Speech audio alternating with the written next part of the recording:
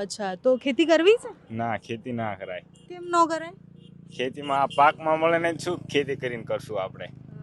તો પણ બાપ દાદાનો ધંધો તો એ રહ્યો ને. બાપ દાદાનો ધંધો હજુ તો જોઈ છે, સરકારીની તૈયારી કરશું, બે જોઈશું. પછી આપણને જેમાં ઠીક પડશે એમાં જઈશું. કારણ કે આવી રીતે આવીને આવી સિઝનો આવતી રહે તો અમારે કરવાનું શું? ખેતી કરતા આવડે ખરી તમને? ખેતી કરતા આવડે ને, ટ્રેક્ટર ચલાવતા આવડે એવું આવડે.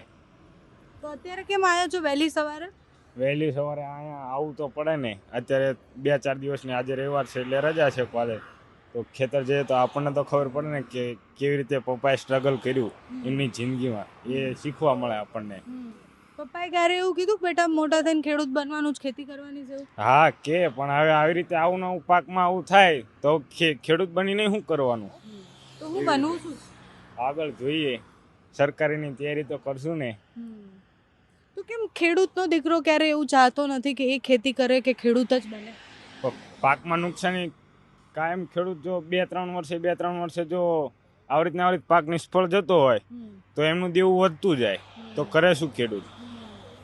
એટલે વારસામાં કઈ મળે ના મળે પણ દેવું મળે, બધા દેવું મળે.